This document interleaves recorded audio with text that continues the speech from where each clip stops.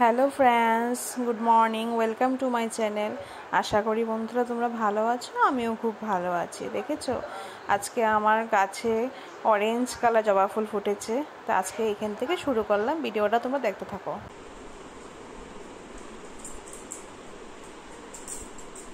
এখন সংসারের কাজকর্ম শুরু হয়ে গেছে, দৈনন্দিন জীবনে যা মেয়েদের হয়।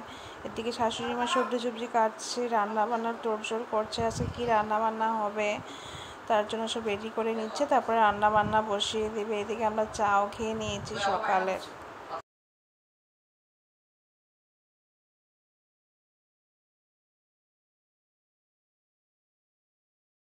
আর এদিকে ছোট মাছ এনেছিল বাড়িতে, 3 কাটালি মাছ আমি কেটে নিচ্ছি। ভাবলাম যে না, একা হাতে শাশুড়ি মা রান্না করছে, মাছটা কেটে দিলে একটু সাহায্য হবে, তাই মাছটা কেটে নিচ্ছি। তারপর রান্না বান্না সব শেষ করার পরে বাসন টাসন মেজে নিব, কারণ কাজের মাসি তো সব মেজে গেছে সকালবেলা, বাকিটা আমরাই মাজা হয়।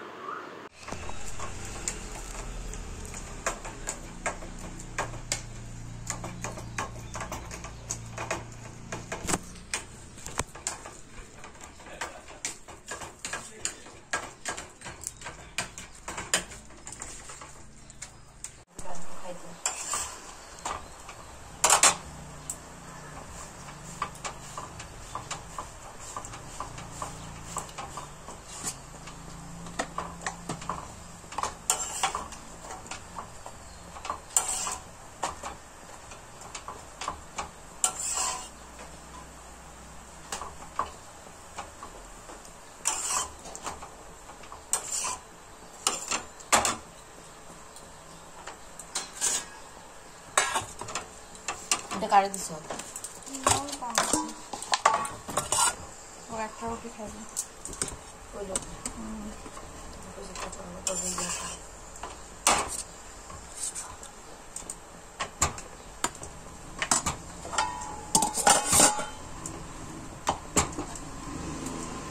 দিও না, অন্যটা নাও, এটা রেখা দাও।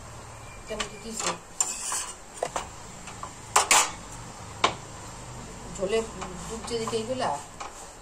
ও কারে আমার? হ্যাঁ, কেন না তাই কইতাছে দিছি, একটা রুটি দিছি।